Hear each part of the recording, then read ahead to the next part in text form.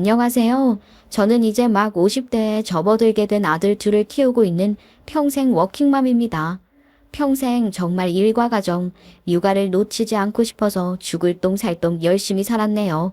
아들 둘 키우는 게 일이 힘들던지 어느덧 머리를 덮고 있는 흰머리가 어색할 지경입니다. 아들 둘 키우느라 제 머리카락이 어떻게 흰색으로 변하고 있는지도 모르고 살았네요. 여러분, 저는 인생을 재미나게 행복하게 살았다고 말씀드리고 싶습니다. 딱 한 가지, 우리 시누이만 아니었다면 더할 나위 없이 후회 없는 인생이고 결혼이었을 것 같네요. 자기 분수도 모르는 사람을 보면 어떤 생각이 드시나요? 그냥 한심하다 하고 무시가 되십니까? 저는 가까운 가족이라 그런지 무시가 안 되더라고요. 더군다나 저에게 적대감을 가진 시누라 더 그랬을지도 모르겠습니다. 여러분, 각설하고 제 이야기를 시작하겠습니다. 원래 어릴 때 남자를 많이 만나봐야 커서도 좋은 사람을 고를 수 있는 눈이 생기는 법이라고 하잖아요. 그런데 저는 그 말에 동의하지 않는답니다. 저는 남편과 20대에 만나서 연애를 10년이나 했고, 연애 10년 차에 결혼해서 지금까지도 잘 먹고 잘 살고 있거든요. 물론 다양한 사람들을 만났으면 또 새로운 연애를 하는 기분이 들었을지도 모르겠지만, 저희 남편 정말 괜찮은 사람이랍니다. 뚝심도 있고 성실하기까지 해서 뭐 하나 마음을 먹으면 7.8기 몇 번이고 도전을 하는 사람이었지요. 그리고 결국에는 꼭 해내는 사람이었답니다. 그런 끈기에 반했을까요? 저는 남편과 연애를 하는 동안 불협화음이라는 것을 단 한 번도 느껴본 적이 없었지요.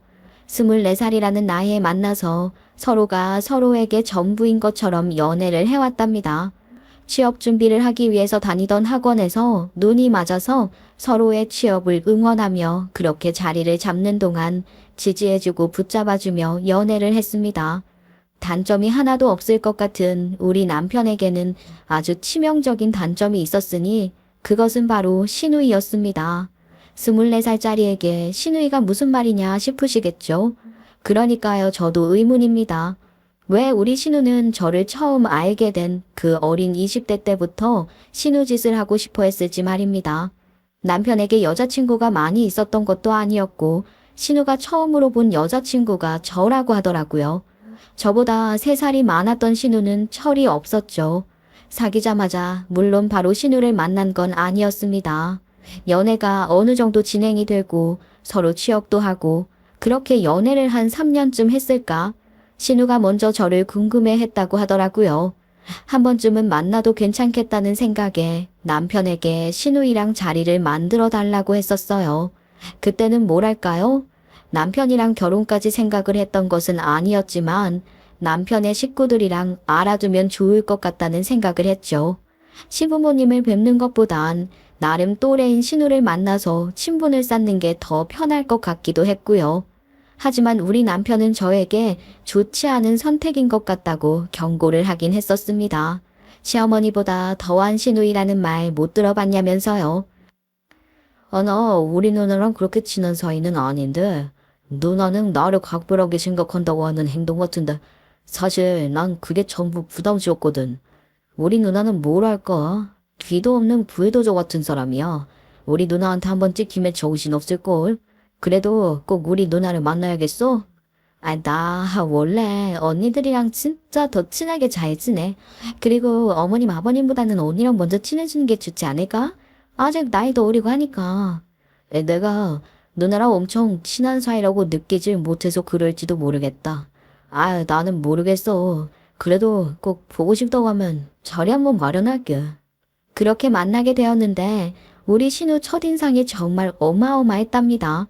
모델같이 늘씬한 키에 몸매도 어찌나 좋고 얼굴도 예쁘더라고요. 제 나이 27살, 신우는 30살. 근데 전혀 30살처럼 보이지 않았어요.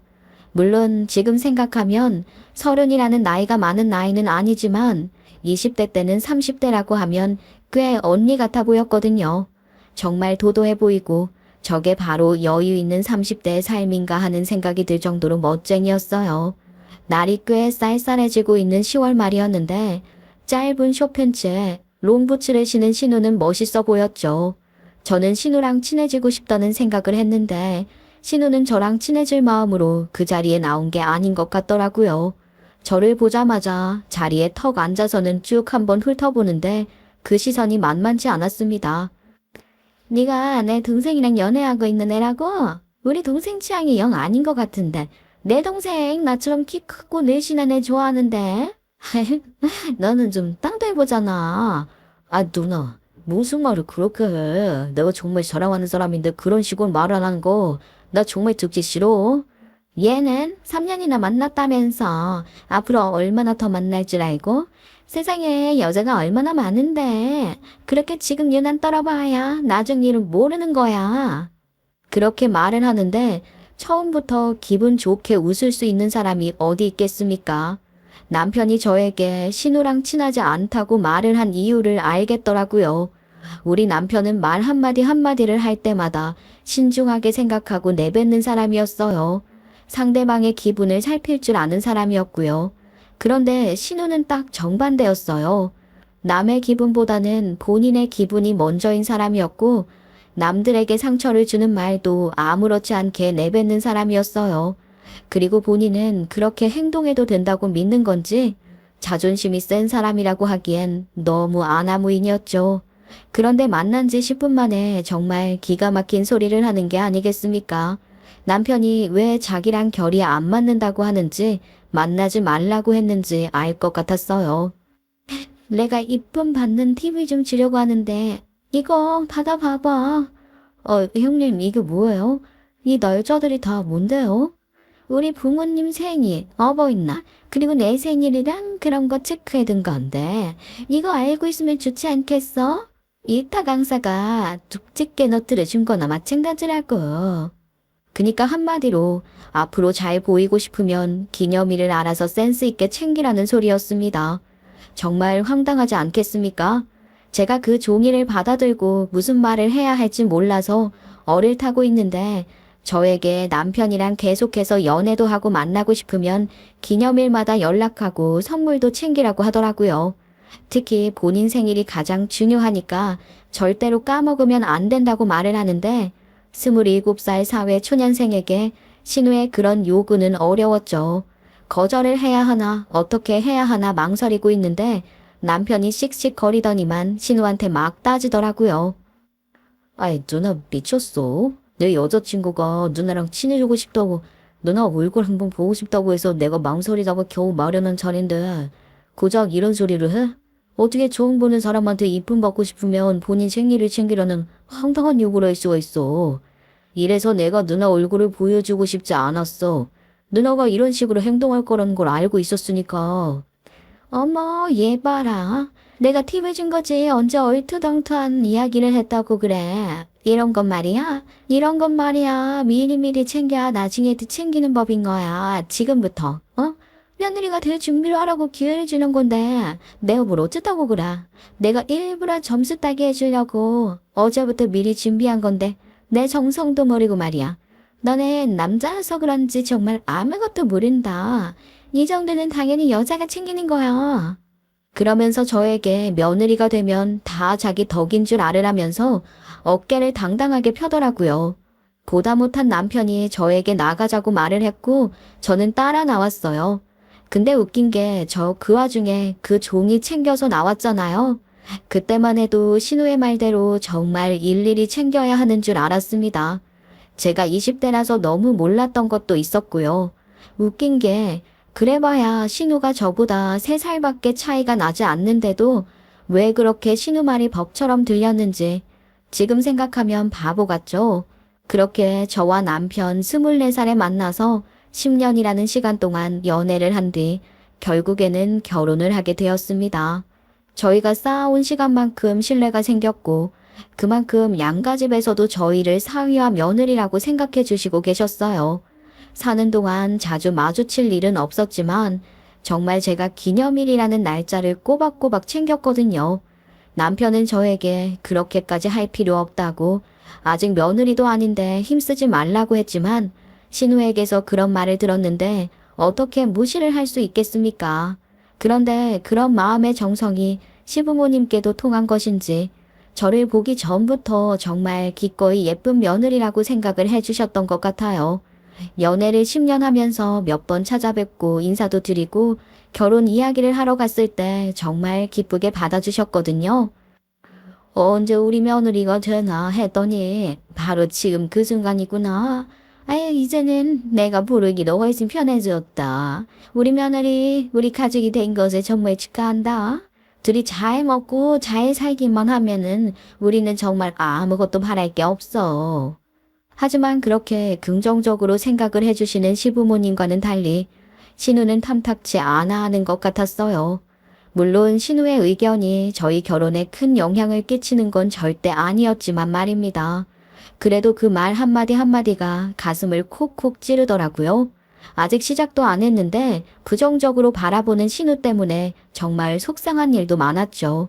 결혼 준비를 하면서도 얼마나 참견을 해대던지 이미 너무 오래 지난 일이라 기억이 가물가물하지만 신우가 저 결혼 막바지에 했던 이 말만큼은 정말 생생하게 기억이 납니다.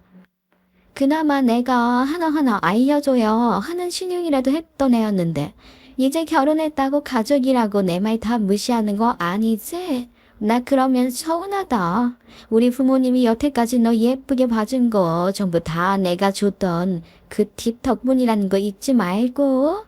그렇게 비아냥거리듯이 말을 하는데 옆에서 듣고 있던 시어머니께서 깜짝 놀라서 지금 올케한테 무슨 이야기를 하는 거냐고 너너거리지 말라고 호칭부터 정리를 해주시더라고요. 저는 정말 시어머니 아니었으면 신우한테 화를 냈을지도 모르겠어요. 결혼까지 한 마당에 너너거리는 신우가 이해가 안 갔죠. 그런데 한 가지 일이 있었어요. 그러니까 저희가 결혼을 해서 앞으로는 같이 살아야 할 것 아닙니까? 당연히 저희가 그동안 사회생활을 하면서 모아온 돈도 있었고 또 대출도 나오긴 하니까 그렇게 집을 구하려고 했었는데 시부모님께서 슬쩍 집 이야기를 먼저 꺼내시더라고요. 알고 보니까 시부모님께서 재테크를 할 겸 사놓은 아파트가 한 채 있었는데 집값이 팍팍 떨어지고 또 주변 시세들 때문인지 전세를 놓아도 수지타산이 안 맞으신다는 겁니다. 거기다가 지금 그 동네에 사람이 없는 건지 집을 내놨는데 팔리지도 않고 전세 월세는 당연히 문의도 없다고 저희 보고 들어가서 살겠냐고 물어보셨어요. 저랑 남편은 당연히 눈이 휘둥그레졌죠. 집이라는 게 한두 푼 하는 것도 아니고 저희도 어느 정도 대출을 생각했고 빚을 갚을 생각에 이세는 언제 가져야 하는지 고민을 하고 있었거든요. 그런데 집 문제가 해결이 되면 바로 아이도 가질 수 있고 저희도 빚을 갚아야 한다는 부담감도 없어지는 거잖아요. 누가 집을 준다는데 싫겠습니까? 바로 감사합니다부터 나오더라고요. 집 자체는 작은 편이긴 했지만 방이 2개가 있었어요. 거실도 좁고 방들도 작게 나 있었지만 어린 아이를 키우기엔 부족함이 없겠다 싶었죠.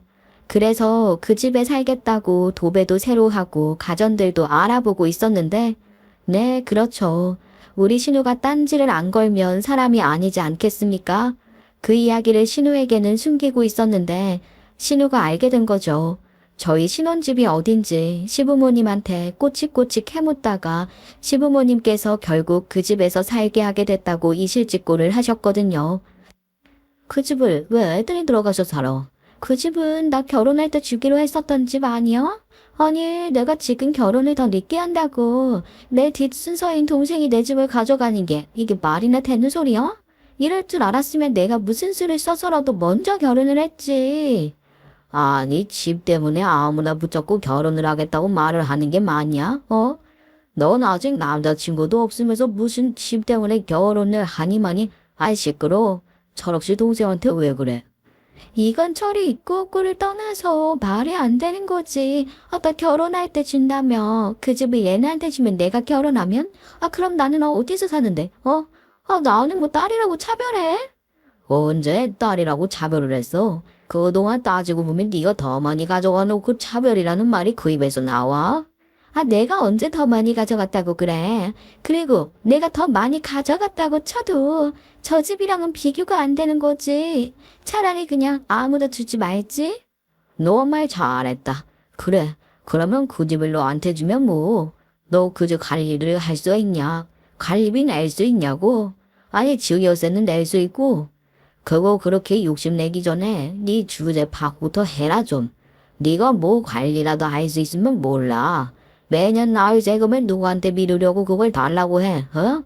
어디 맨날 직장도 돈 안 되는 이상한 콜센터 같은 데만 다니고 그것도 내가 몇 개월 다니는 꼴을 못 봤어요. 네가 돈이 있었으면 짐작에 독립이라도 했겠지. 안 그래? 아이 그거야 뭐 어떻게든 하면 되겠지. 설마 명의까지 지는 건 아니지? 그러면 나 정말 드러나와서 시위라도 할 거야. 결국 신우의 말도 안 되는 생떼 때문에 저희가 들어가서 살긴 살지만 명의는 시부모님이 들고 있는 걸로 결판이 났죠. 신우는 근데 그것조차 마음에 안 들었는지 엄청나게 씩씩거렸어요. 저를 노려보는데 아주 그냥 쥐 잡아먹을 듯 쳐다보더라니까요. 신우는 돈이 없어서 독립을 하지 못한다는 말이 맹점을 찌른 듯 했죠. 사실 저희 남편도 독립하지 않고 쭉 시댁에서 살고 있었거든요. 그런데 저희 남편은 그래도 시부모님께 밥값은 드렸더라고요. 생활비를 보태고 있었던 거죠. 신우는 그럴 돈도 없었나 봐요. 시아버지의 말대로 콜센터에서 일을 하고 있었던 신우는 한 달에 벌어오는 돈이 190만 원이라고 했어요. 그런데 그나마도 스트레스 받는다. 일하기 싫다. 출근길이 힘들다는 갖은 이유로 일을 하다 말다 했다고 하더라고요. 사실 콜센터는 365일 사람이 부족하고 늘 새로운 신입들을 채용하잖아요. 신우가 돈을 벌어놓고 쓰다가 돈이 떨어지면 다시 입사하고 그런 식으로 일을 반복해서 하고 있었다고 하더라고요. 태어나서 지금까지 퇴직금을 한 번도 받아본 적이 없다고 하는데 알만하지 않겠어요? 거기다가 앞서 말을 했듯이 우리 신우가 꽤 예쁘게 생겼다고 했잖아요. 소위 말하는 꼴값을 하는 사람이었습니다. 키도 커서 모델 같고 옷빨이 진짜 잘 받는 사람이었어요. 다이어트를 평생 했다니까요. 저녁에는 딱 소량만 먹고 6시 이후에는 간식조차 입에 대지 않는 사람이었으니까 관리를 얼마나 열심히 했는지 아시겠죠? 그런 신우가 돈이 생기면 본인 치장하고 사치를 부리는데 돈을 다 썼던 거죠. 그 나이 먹고 맨날 놀러 다니고 정말 밤에 친구들이 부르면 어디든지 나가서 흔들어 제끼는 그런 사람이었습니다. 본인 꾸미는데 한 달에 버는 돈을 전부 탕진하는 사람이었으니까 미래를 위한 계획이라는 게 전혀 없는 사람 같아 보였어요. 그런 와중에 남자친구도 없으면서 무슨 욕심이 그렇게 나서 동생이 결혼해서 새 출발을 한다는데 집 욕심을 내는 건지 제 입장에서는 이해가 안 갔어요. 만약 상황을 바꿔서 제가 신우 입장이라면 제 동생에게 너그럽게 집을 양보할 수 있을 것 같았거든요. 그리고 신우 말에 의하면 신우는 저희 남편을 끔찍하게 아끼는 사람 중에 하나였잖아요. 박수를 보내고 축하를 해줘도 모자랄 판에 초를 치고 있으니까 너무하다 싶긴 했죠. 그래도 결국에는 시부모님께서 박박 우겨주신 덕분에 저희가 들어가서 살기로 했지요. 신우의 눈치가 안 보였던 것은 아니었지만 신우도 본인 집이라고 우기기만 할 수 있는 입장은 아니었기 때문에 저도 입주를 한 다음에는 일부러 더 당당하게 굴었습니다. 그런데 신우가 시부모님과 집들이를 와서는 또 한 번 비아냥거리더라고요. 우리 울기는 대머리 되는 거 아니지? 공짜지 않는 사람들은 대머리 된다는데. 그러고 보니까 머리숱이 조금 부족해 보이는 것 같기도 하고. 제가 언제 공짜를 좋아했다고 그런 말을 하시는지 모르겠어요, 형님. 어? 공짜 좋아하니까 이 집도 얻어챙긴 거 아니야? 나 같으면 그냥 어떻게 해서든지 전세 넣으세요 했겠다. 우리 엄마 아빠가 재테크하려고 산 집인데 그걸 홀라당 가져가? 형님도 이 집 탐내하셨었잖아요. 그거야 내 집이니까 그렇지. 우리 엄마 아빠가 나 결혼할 때 준다고 했었던 내 집이니까. 시부모님 명의로 된 집인데 이게 어떻게 형님 집이에요. 가족끼리 너무 질투하지 않았으면 좋겠어요. 뭐? 질투? 내가 왜 이런 걸로 질투를 한다고 그래? 내가 지금 너한테 무슨 자격지심이라도 있다는 거야 이 여우 같은 년이. 신우는 찔리기라도 했는지 갑자기 급발진을 하면서 저에게 여우 같은 년이라고 욕을 하는 걸 보면서 진짜 이 인간이 갈 때까지 가는구나 싶더라니까요. 시부모님께서도 다 있는 자리였는데 저에게 욕을 하더니만 갑자기 저한테 달려오는 겁니다. 저는 피할 반응조차 하지 못했어요. 너무 놀라서 숨을 헉 들이켰는데 신우가 갑자기 제 머리채를 확 잡아버리는 겁니다. 시부모님도 놀라서 소리를 깍 하고 지르셨고 남편은 달려와서 신우를 말리려고 했는데 정말 뼈가 튼튼하기라도 한 건지 남편이 뜯어 말리는데도 신우가 잡고 있는 제 머리카락을 놓지 않는 겁니다. 순간 저도 열이 확 받더라고요. 제가 왜 참고만 있어야 하는 건지 모르겠는 마음이 드는 거 있죠. 그래서 저도 그냥 신우의 머리채를 잡아버렸습니다. 제가 역공을 하기 시작하니까 우리 신우 깜짝 놀랐는지 아프다고 아야야 소리를 내더라고요. 제가 신우보다 키는 15cm 작아도 힘만큼은 밀리지 않을 자신이 있었거든요. 남편은 뜯어 말렸지만 여자 둘이서 아주 끝장 다 볼 것 마냥 머리차에 잡고 싸우는데 어찌 말리겠어요. 결국 시어머니께서 그만하라고 소리를 꽥 지르고 나서야 저희 둘 다 손을 떼었어요. 신우 얼굴이며 제 얼굴이며 할 거 없이 엉망이더라고요. 머리채를 잡으면서 얼굴을 서로 핥히고 난리를 쳤거든요. 솔직히 신우랑 그렇게 싸운 것 자체가 말이 안 되는 일이긴 했지만 정말 속은 시원했어요. 언제 이렇게 싸울 수 있겠습니까? 게다가 제가 20대 때부터 신우에게 벼르고 있었던 것이 있었는데 이렇게 팍 터지게 되어서 다행이다 싶었습니다. 물론 혼나긴 엄청 혼났죠. 시부모님께서는 살면서 별꼴을 다 본다면서 저도 혼내시고 신우도 혼내셨어요. 지금 기억에는 신우가 조금 더 혼났던 것 같기도 하고요. 당연히 그렇게 싸우고 난 다음에 쿨하게 화해를 하고 예전 일 다 까먹고 잘 지내보자 할 수 있는 사람이 얼마나 있겠어요? 당연히 신우랑은 따로 연락하지도 않고 거의 명절이나 기념일에만 인사를 하는 사이가 되었죠. 저는 오히려 그게 더 편하다고 생각을 했습니다. 앞서 말씀드렸다시피 우리 신우 성격이 워낙 말도 안 되니까 가까이 하기에는 너무 먼 당신이었거든요. 그때만 해도 그렇게 기가 센 여자들은 꼭 사고를 치기 마련이었어요. 그래서 저는 신우와 일절 가까이 가지도 않고 일부러 더 거리를 두었죠. 물론 우리 남편이 조력자 역할을 단단하게 해줬기 때문에 가능한 부분이기도 했어요. 우리 남편, 제가 머리차에 잡힌 이후로 아주 신우에게 불같이 화를 냈죠. 저를 우습게 보는 건 우리 가족을 모두 우습게 보는 일이라면서 두 번 다시는 저에게 따로 연락조차 하지 말라고 엄포를 놓았거든요. 물론 우리 시부모님도 마찬가지였습니다. 어떻게 신우이랑 올케 사이에 그런 일이 벌어질 수 있냐면서 둘이 가깝게 지낼 생각도 하지 말라고 하셨죠. 저는 너무 좋았어요. 신우랑 가까이 할 마음도 없었거니와 신우가 씩씩거리면서 나한테만 그래 하고 억울해하는 꼴이 제법 보기 좋았거든요. 그렇게 저는 남편이랑 결혼 생활을 10수년을 유지하면서 살았죠. 세월이 흐르면서 남편과 제 사이는 서먹서먹 대면대면이 아닌 서로를 더 이해하고 존중해주는 깊은 사이로 발전이 되었어요. 남편은 가정에 충실했고 우리 아이들에게도 잘했거든요. 제가 결혼 2년 차에 첫째 아들을 낳았습니다.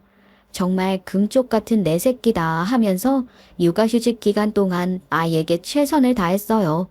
저는 일을 그만둘 생각이 없었고 남편도 그 부분을 존중해 주었죠. 그랬기 때문에 육아휴직을 한 동안에 아이에게 정말 최선을 다해야겠다고 생각을 했습니다. 그 사이에 또 일이 터지게 되었죠. 신우가 갑자기 온 가족이 모인 자리에서 폭탄 선언을 한 것입니다. 나 임신했대요. 내 나이가 벌써 39살이야. 지금 이 아이 어떻게 되기라도 하면 나 다음에는 임신 못할 수도 있다고 하니까 무조건 낳을 거야. 그게 갑자기 무슨 소리야? 임신을 했다고? 아니 누구 아이를? 여태 뭐 누구 만난다는 소리 한 번 없었던 주제 갑자기 임신을 했다고? 아이고야 두야. 3개월 정도 사귄 남자친구가 있어. 사람은 참 착해. 그러니까 결혼해서 같이 살아보려고. 3개월 만났는데 임신을 했다고? 아니 뭐 이렇게 철없는 소리를 하고 자빠졌어. 임신이라니. 아이를 낳겠다니. 야, 너 그 사람 직업이 뭔데? 지금은 뭐 배달 일을 하고 있는데 이게 또 월급이 아주 짱짱하다니까. 문제는 이 사람도 일을 시작한 지 얼마 안 된 사람이고 나도 지금은 쉬고 있는 중이라. 우리가 결혼을 해서 당장 집부터 시작해서 먹고 살 길이 조금 막막하긴 한데 그렇다고 생긴 아이를 뭐 흘려보낼 수는 없는 일이잖아. 나 노산이라니까 지금도. 그 말에 시부모님 모두 다 말을 잇지 못한 채 입만 떡 벌리고 있었죠. 요즘이야 워낙 의술이 좋아서 노산이어도 아이 낳는데 문제가 없고 또 나이가 많아도 임신하는 게 가능한 일이라고는 하지만 그때는 벌써 십수년 전 일인데 지금이랑 비슷하겠습니까? 신우가 노산 하면서 다음에는 없을 수도 있다고 말을 하니 시부모님께서도 그 아이를 낳지 말라고 함부로 말을 못 하시는 거죠. 게다가 만난 지 3개월밖에 안 된 그 남자에게 푹 빠지기라도 한 건지 무조건 결혼부터 하겠다고 박박 우겨대는데 저랑 남편 또한 할 말이 없어서 입 다물고 있었죠. 그런데 신우가 정말 하고 싶었었던 말은 아이를 가졌다는 말보다 집에 대한 이야기였나 봐요. 그럼 당장 어디 하시려고요? 뭐 하던 돈도 없다고 하셨잖아요. 결혼 준비하려면 드는 돈도 꽤 많고 당장 살 집도 구하셔야 하는 거 아닌가요? 그렇지, 그렇지. 그래서 말인데 내가 결혼하면 너네가 살고 있는 집 원래 나 주기로 했었던 집인 거 알고 있지? 그 집 내놨으면 좋겠어. 나 결혼할 때 준다고 했던 집이니까. 네? 저희가 살고 있는 이 집을 내놓으라고요? 이 집을 갑자기 달라고 하시면 어떡해요? 갑자기는 뭐가 갑자기야. 원래 내가 결혼하면 살기로 했었던 집이라니까. 엄마, 아빠. 그러기로 했잖아. 내가 잠시 쟤네한테 빌려준 거잖아, 무상으로. 너희도 참 그렇다. 지금까지 내가 살아야 할 내 집에서 무상으로 살았으면 내가 집배라고 하기 전에 양심상 미리 뺐어야 하는 거 아니니? 신우가 말도 안 되는 논리로 집을 내놓으라고 하는데 갑자기 눈앞이 캄캄해지더라고요. 아직 아이가 돌이 지난 것도 아니고 당장 저희가 저금해둔 돈이 있다고 한들 집을 구할 수 있는 만큼 돈이 있는 것도 아닌데 생떼를 쓰면서 내 집이야. 나가 하는데 2년 동안 이 날을 기다려온 사람처럼 입가에 웃음까지 달고 내 집 내놔 하고 있더라고요. 도배 새로 하고 인테리어도 나름 해놨는데 그 집을 홀라당 신우에게 빼앗기게 생겼으니 저희 입장에서는 억울할 수밖에 없지 않겠어요. 형님, 이건 아니죠. 저희가 지금 잘 살고 있는데 당장 집을 내놓으라고 하시면 이 정도는 각오하고 그 집에 들어갔어야 하는 거 아니야? 난 몰라. 애초에 그 집은 나 주기로 했었던 집이고 내가 무조건 살아야겠어. 그러니까 집발. 심해부가 배달일을 한다고 하지. 신우는 일도 제대로 안 하고 있는데 임신은 했다고 하지. 시부모님께서도 얼굴에 난감함이 묻어나더라고요. 그 와중에 저희가 박박 우겨서 이 집은 우리 집이다 할 수 있는 상황도 아니었고요. 일단 신우도 어떻게든 살 길을 마련해야 하지 않겠어요. 시부모님께서는 어찌됐든 신우가 아픈 손가락이니까 살살 저희 눈치를 보시더라고요. 여기서 저희도 내 집이다 하고 우길 수 있는 상황은 아니라고 생각을 했기 때문에 한 발 물러나야 한다고 생각을 했습니다. 사실 그동안 정 붙이면서 살아온 집이라 아까운 마음이 있긴 했지만 신우도 신우의 인생 제2막이 열릴 텐데 받을 수 있는 지원은 받아야 한다고 생각을 했어요. 게다가 상황 자체도 좋지 않았습니다. 저희가 결혼을 하고 나서 알게 된 사실인데 시부모님께서 주식 투자를 잘못해서 있던 노후 자금까지 날린 상황이셨거든요. 그러니까 시부모님 수중에 돈은 없었고 그 와중에 신우 결혼을 시켜야 하는 입장이었으니 차라리 당장 필요한 현금 부분을 심해분의 측에서 내고 신우에게 집을 해주는 모양새가 깔끔하다고 생각을 하셨을지도 모르겠어요. 저희는 어쩔 수 없이 이사를 해야 하는 입장이 되었습니다. 시부모님께서도 저희가 한 발 양보하길 바라시는 것 같았고요. 신우는 임신을 하자마자 집에 눌러붙어서는 스트레스를 받으면 안 된다고 애꿎은 시어머니께 잔심부름을 시키면서 룰루랄라 하고 있었어요. 철없죠? 시어머니 입장에서는 아픈 손가락 같은 딸이지만 한편으로는 빨리 쫓아내고 싶은 딸이기도 했죠. 그래서 저희가 하루빨리 이사를 나가는 날만 손꼽아 기다리셨나 봅니다. 저희는 결국 대출을 받아서 이사를 나가게 되었어요. 안 나가도 될 돈이 이중으로 나가게 된 상황이라 속이 시커멓게 타긴 했지만 남편과 저는 공사를 구별할 줄 알았고 저희가 집을 비우는 것이 가족관계를 망치지 않고 제일 깔끔하게 일을 해결할 수 있는 방법이라고 생각을 했습니다. 배달일을 하는 심해부가 돈이 있으면 얼마나 있겠어요. 거기다가 배짱이 체질인 건지 일도 했다가 안 했다가 자기 내키는 대로 산다고 하더라고요. 그래서 돈 모은 게 없다고 징징거리면서 집이나 내놔 하는데 저희라고 별 수 있겠습니까? 시부모님 눈치에, 신우 눈치에 집 그냥 비워드리고 대출받아서 들어갔어요. 저희 부부 2년 동안 저축해둔 거 다 깨서 집 얻었죠. 살 수는 없었고요. 전세로요. 저희가 이번에는 동네부터 시작해서 위를 결정할 수 있었으니 친정 가까운 곳에 자리를 잡았습니다. 이사를 가고 나면 어린이집 대기부터 다시 해야 하는데 당장 출근을 해야 하는 마당에 아이를 친정 부모님께서 봐주시면 좋을 것 같았거든요. 친정집 가까운 곳에 또 좋은 전셋집이 있어서 살던 집보다 더 큰 평수로 이사를 갈 수 있게 되었어요. 이사를 마치고 신혼에도 이사를 하게 되고 서로 집들이를 하게 되었죠. 그런데 저희 집에 온 신우가 아주 개거품을 무는 게 아니겠습니까? 아니, 집이 왜 이렇게 좋아? 이 동네에 이렇게 좋은 집 얻으려면 대출을 얼마나 받은 건데? 이자가 감당이 돼? 저희 회사에서 나오는 대출이 있어서 그렇게 이자는 비싸지는 않았어요. 그리고 그동안 모아둔 돈도 조금 있었고요. 결혼할 때 집을 구했던 게 아니라서 그때 세이브했던 돈 합치니까 이 정도 전세는 얻을 수 있더라고요.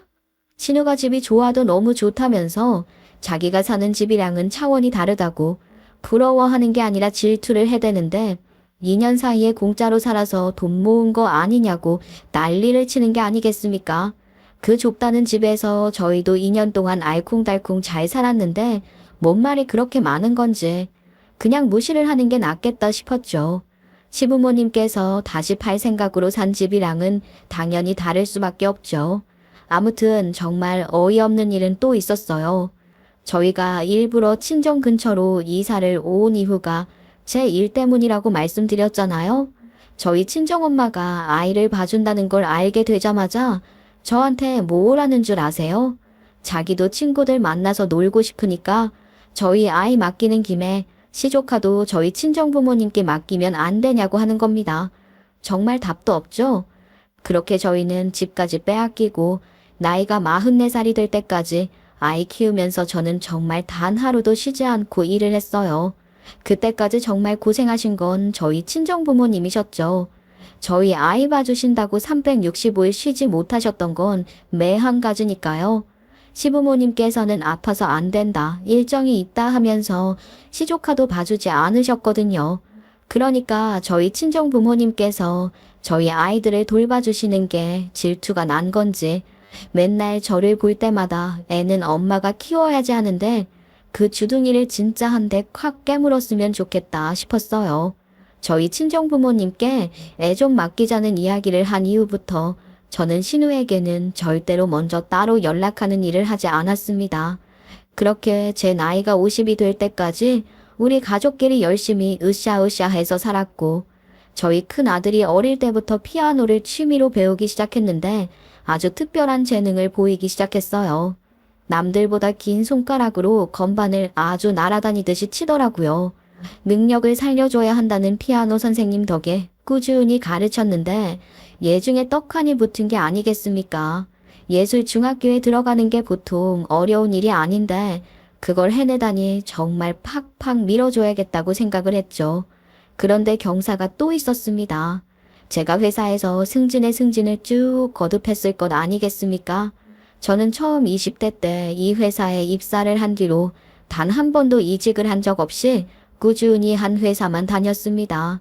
그만큼 오래 다니기도 했고 제 능력을 인정받았다는 뜻이기도 했죠.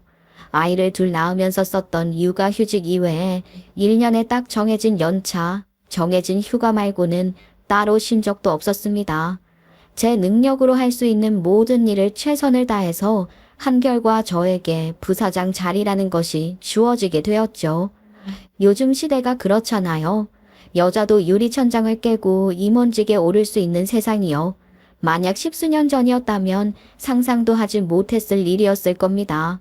그런데 저에게도 살다 보니 이런 기회가 다 오게 되더라고요. 유리천장을 깨부수고 제가 당당하게 부사장 자리에서 일을 할 수 있는 기회요. 저는 이 승진 소식을 들었을 때 제일 먼저 우리 남편의 얼굴을 떠올렸습니다.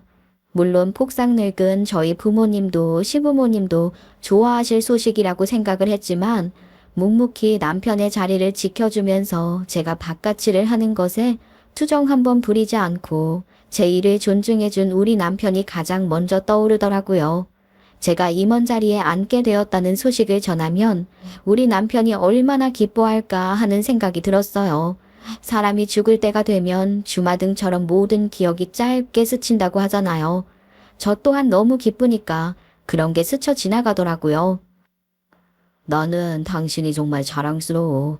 당신이 부사장을 달아서가 아니라 본인 일에 한 번도 게으름 없이 스스로 걸어왔다는 곳에 존경의 박수를 보내고 싶어. 당연히 가족들과 함께 축하 파티를 열고 싶은데 당신 생각은 어때?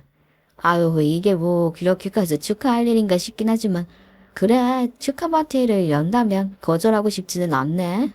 그렇게 남편이 가족들을 불러 모아서 함께 축하 파티를 열자고 했는데 하필이면 저희 부모님께서 약속을 잡은 날 선약이 있다고 하시더라고요. 그래서 시부모님만 모시고 좋은 데 가서 밥 한 끼 대접을 하려고 했는데 고기를 먹는다는 소식에 시누이가 냉큼 따라온 게 아니겠습니까? 공짜로 고기 먹을 수 있다는데 당연히 와야지. 우리 민주랑 민정이도 많이 먹어. 이거 숙모가 사주는 거니까 무조건 배 터지게 먹어야 돼. 알았어? 그렇게 무슨 걸신이 들린 것처럼 고기를 구워 먹더라고요. 꼴보기 싫었지만 좋은 날이니까 큰 소리 내고 싶지 않았죠. 그렇게 밥을 다 먹고 시어머니께서 커피를 사주시겠다고 해서 자리를 옮기려고 하는데 시누이가 갑자기 저를 불러 세우는 게 아니겠어요? 올케, 내가 할 말이 있어서 그런데 이것 좀 받아봐. 내가 올케한테 주는 승진 축하 선물이야. 이 서류 봉투가요? 승진 축하 선물이라고 주시니까 조금 떨리긴 하네요. 서류 봉투에 돈이 들었을 리도 없는데 뭔가 싶어서 열어보니까 정말로 웬 서류 같은 것이 들어있더라고요. 뭔가 하고 보는데 떡하니 대출 서류라고 되어 있는 게 아니겠습니까? 저는 영문을 모르겠다는 얼굴로 신우를 바라보았습니다. 그러자 신우가 입을 열더군요. 아니, 우리 애들이 이제 다 커서 각자 방도 필요할 것 같고 언제까지 그렇게 좁은 집에서 살 순 없잖아. 올케가 부사장으로 승진을 했다고 하니까 당연히 그만큼 연봉도 올랐을 거고 원래 그 임원들은 억대 연봉 받으면서 일하는 거 아니야? 그래서요? 근데 이건 대출 서류잖아요. 제 승진이랑 대출이 무슨 상관이 있다고 이거 저한테 주시는 건지 모르겠어요. 우리 이사 가려고 한다고 했잖아. 지금 살고 있는 엄마 집 팔고 이사 가고 싶은 집까지 딱 1억 정도 모자르더라고. 올케한테 주는 선물. 대출 서류야. 우리도 큰 집으로 가야 하지 않겠어? 그래도 우리가 손윗 사람들인데. 아무튼 1억 정도는 해줄 수 있지? 그 말을 듣는데 정말 온갖 감정이 스쳐 지나가더라고요. 그동안 저한테 해준 게 뭐가 있다고 당당하게 1억이라는 돈을 요구하는 건지요. 막말로 제가 임원을 달고 억대 연봉을 받는다 하더라도 그 돈을 신우에게 쥐어줄 필요는 전혀 없는 것 아니겠어요? 그동안 아나무인으로 구는 거 참아가면서 무시했는데 1억이라는 돈을 당당하게 요구하는 것 자체가 안 될 일이라고 생각했습니다. 더 이상은 제가 참아줄 필요가 없다고 느껴졌어요. 복수를 결심했죠. 제가 부들부들 떨면서 말을 잇지 못하고 있으니까 신우이 더 당당하게 손까지 내밀면서 요구를 하더라고요. 제가 무슨 생각을 하고 있는지는 감히 상상조차 못하면서 말입니다. 이걸 제가 왜 해줘야 하는지 저는 아직도 잘 모르겠는데요. 어머, 가족끼리 뭘 그런 걸 따져? 해줘야 할 의무는 없지만 사람이라면 응당 해줘야 하는 거 아니겠어? 올케한테 일단 1억이라는 돈이 아쉬운 상황은 아니잖아. 그동안 모아둔 돈도 있을 거고 우리 애들을 위해서 그 정도 투자도 못해? 그리고 그동안 내 덕에 편하게 살았잖아. 제가 형님 덕에 뭘 편하게 살아요. 막말로 형님이 저한테 해주신 게 뭐가 있다고 제가 덕을 보고 살았겠어요. 어머, 올케, 그렇게 말하면 서운하지. 그동안 내가 얼마나 참았는 줄 알아? 올케는 내 동생에게 어울리는 여자도 아니었어. 처음부터 딱 그랬다니까. 그래도 내가 참았잖아. 그리고 그동안 잔소리하고 싶은 것도 입으로 끄끄 눌렀는데 내 덕에 편하게 살았던 거지. 그리고 올케가 살면서 내 자식들에게 해준 게 뭐 있어? 없잖아. 이번에 크게 한턱수라는 거지. 그렇게 따지면 저희 아이들도 그동안 받은 게 하나도 없는데요. 왜 저만 해줘야 하는 건지 모르겠네요, 형님. 이건 너무 적반하장이죠. 서로 기브앤테이크가 없는데 누군 당연하게 해줘야 하는 거고 누구는 받기만 해야 하고. 아, 저는 그런 거 이해 안 돼요. 당연히 1억 대출 못 해드려요. 내가 신우야, 신우야. 쪼잔하게 진짜 왜 이래 올게. 그리고 올키는 형편이 훨씬 더 좋잖아. 우리 지금 입에 풀칠도 겨우 하고 있는 마당에 애들 챙기는 것도 바빠 죽겠는데. 아우, 어떻게 올키는 애들까지 챙겨. 그랬더니 지금 우리 애들 고기 한번 배부르게 더 먹이고 싶다. 저희라고 그렇게 늘 넉넉했던 건 아니었어요. 없는 형편에도 아끼면서 살아보자고 서로 합심한 거죠. 그래도 우리보다는 있었잖아. 이런 논쟁하는 거 시간 아깝다고 생각해. 아, 그러지 말고 나한테 1억만 줘. 이제 부사장이잖아. 1억 정도는 껌인 거 아니야. 그렇게 말을 하는데 이건 뭐 인생은 실전이다라는 걸 직접 보여주지 않으면 끝끝내 1억을 내놓으라고 우길 것 같더라고요. 1억인 이 집 개 이름도 아니고 제가 신우한테 줄 의무는 더더욱 없는 거고요. 저도 벼르고 벼른 일을 지금 꺼낼 때라고 생각이 들었습니다. 그렇게 선물을 바라시니까 저도 어쩔 수 없네요. 형님께 그동안 드릴까 말까 했던 선물이 하나 있었는데 아무래도 지금 드려야 할 타이밍인 것 같아서요. 뭐야 먼저 준비해놨던 선물이 있었어. 그랬으면 진작에 말을 하지. 아우 왜 여태까지 사람 기다리게 만들고 그래. 일단 그 계좌부터 불러줄까? 초롱초롱한 눈망울을 하고 뭔가 잔뜩 기대라도 한 듯이 저를 쳐다보는데 정말 웃는 얼굴에 침 못 뱉는다고 누가 그랬습니까? 잘만 뱉겠던데요. 저는 지체하지 않고 신우에게 폭탄 선언을 했습니다. 제 말을 들은 신우의 눈이 흔들리기 시작했어요. 그게 뭔지 궁금하시죠? 형님, 지금 형님이 살고 계신 집 말이에요. 어머님 집이라고 알고 계시겠지만요. 사실 그 집, 제 명의로 된 제 집이에요. 그러니까 한마디로 형님이 그 집 팔아서 이사를 간다는 건 말이 안 되는 거고요. 제 명의 집인데 형님이 무슨 수로 팔겠어요, 그죠?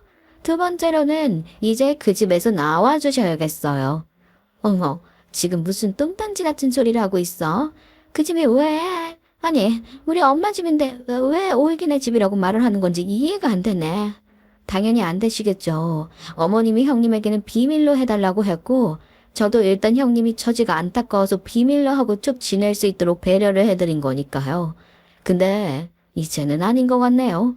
형님이 이렇게 주제도 모르고 감나라 배나라 하시는데 제가 언제까지 참아야 하죠? 뭐라고? 지금 나한테 주제도 모른다고 말을 했어. 네, 집주인이 누군지도 못 알아보고 지금 제 앞에서 배짱 부리고 계시잖아요. 제가 큰 소리를 내니까 커피 마시러 이동을 해야 하는데 나오지 않는 저희를 보러 시어머니께서 찾아오셨죠. 저랑 신우랑 대치를 하면서 씩씩거리니까 또 무슨 일이 났나 싶으셨나 봐요. 아유 엄마가 말아봐. 지금 내가 살고 있는 엄마 아파트 그게 왜 올 거야?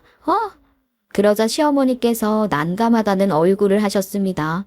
네, 그 아파트는 시어머니 아파트였어요.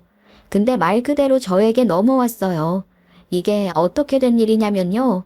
저희가 처음에 신혼살림을 튼 이후에 알게 되었거든요. 시부모님께서 노후 자금을 불려보시겠다고 주식 투자를 했다가 완전히 빈손이 되었다는 사실을요.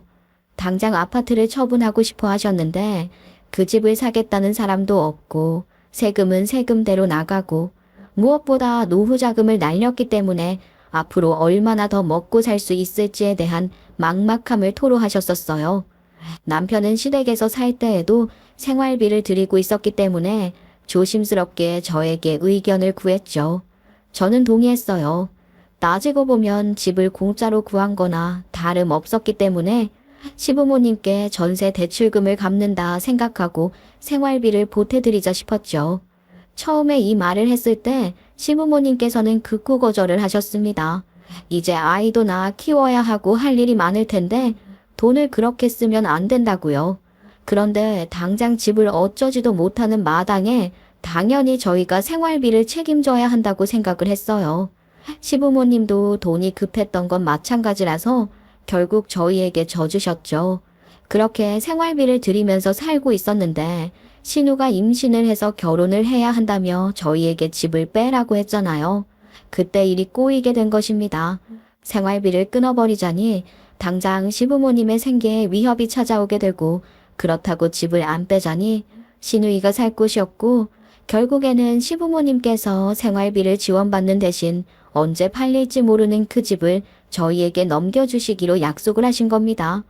저희도 집을 한 채 가지고 있는다는 것이 조금 부담스럽긴 했지만 서로에게 이득이 되는 일이라고 생각했습니다. 저와 남편도 언제까지 밑 빠진 독에 물을 부을 순 없는 것이었으니까요. 시부모님께서는 저희에게 안 팔리는 집이긴 하지만 집을 한 채 가지고 있는 게 훨씬 마음에는 안정이 올 거라고 했어요.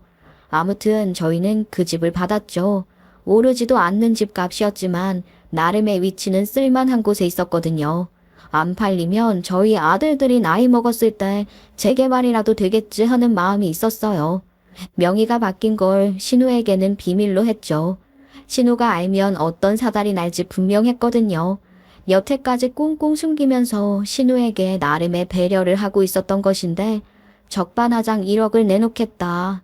그 집 판 돈으로 이사 가겠다 하고 있으니 제가 기가 막히지 않겠습니까? 그 집이 왜 너네 집이야? 어떻게 나한테만 비밀로 하고 나를 속일 수가 있어? 엄마, 어떻게 나한테 이럴 수가 있냐고. 저는 신우에게 미리 사진첩에 저장을 해두었던 아파트 등기부등본을 보여주었습니다. 제 이름 석자가 떡하니 적힌 아파트 주소를 보고는 거의 졸도한 지경까지 가더라고요. 그동안 우리 신우 왜 몰랐냐고요. 이 멍청한 신우는 등기부등본을 인터넷으로 쉽게 떼서 보는 방법도 모르고 주민센터 가서 떼려고 해도 돈 든다고 어차피 시어머니 명의인데 떼봐서 뭐 하냐고 생각을 했던 모양입니다. 시어머니께서도 꽁꽁 비밀을 지켜주셨기 때문에 그동안 신우가 모르고 살 수밖에 없었던 거죠. 10년이 넘는 시간 동안 공짜로 살았으면 감사한 줄 아셔야죠. 집도 팔겠다 1억도 내놔라. 그게 어디 사람이 할 짓이에요? 그거 월세만 해도 얼마를 받을 수 있는데요. 돈 내놔요. 나는 몰랐잖아. 명의가 바뀐 걸 내가 알았어? 어떻게 하나같이 나를 속여. 아니 엄마는 그걸 왜 나한테 비밀로 하고 그래. 올케도 그래. 여태까지 돈 달란 소리 한 번을 안 해놓고 이제 와서 돈 해달라고? 그래요. 형님 말에도 일리가 있어요. 여태까지는 그럼 제가 돈 달란 소리를 안 했으니 퉁친다고 쳐도 지금은 말했으니까요. 아니 앞으로는 돈 주세요 그럼. 우리 형편 뻔히 알면서 돈 해달라고? 어떻게 가족끼리 이럴 수가 있어. 돈 못 주시겠으면 저도 그 집 팔던가 할 테니까 집 빼주시는 게 좋겠어요. 당장 집부터 빼주세요. 아니 옳게. 우리가 지금 집을 빼면 갈 곳이 어디 있다고 그런 소리를 하고 그래. 우리 사정도 좀 생각해줘야 하는 거 아니야? 형님은 저희 사정 생각 한 번도 안 했으면서 저는 왜 해야 해요? 집 빼세요. 내가 이사를 가겠다고 한 건 그 집 팔아서 부족한 부분만 옳게한테 지원을 받아서 가려고 했던 거야. 이상하네. 그 집에 저 집인데 어떻게 파시려고요? 주거침입으로 신고하기 전에 집부터 빼시는 게 좋겠어요. 저희 전세 계약 같은 것도 안 했잖아요. 엄마, 올케 말하는 것 좀 봐. 엄마가 왜 올케한테 그 집을 줘서 이사자를 만들고 그래. 엄마 때문이잖아. 나한테 말이라도 해줬어야지. 네가 입방정을 떨어서 이 상황을 만들어 놓고 지금 누구 탓을 하고 그러는 거야? 그러니까 배려를 해줬을 때 감사한 마음을 가지고 살았어야지. 그 집이 내 명이라도 그래. 내가 팔겠다고 한 적도 없는데 네 멋대로 일을 쳐? 너는 엄마도 호로 보이냐? 엄마가 미리 말을 해줬으면 이런 일도 없었을 거 아니야.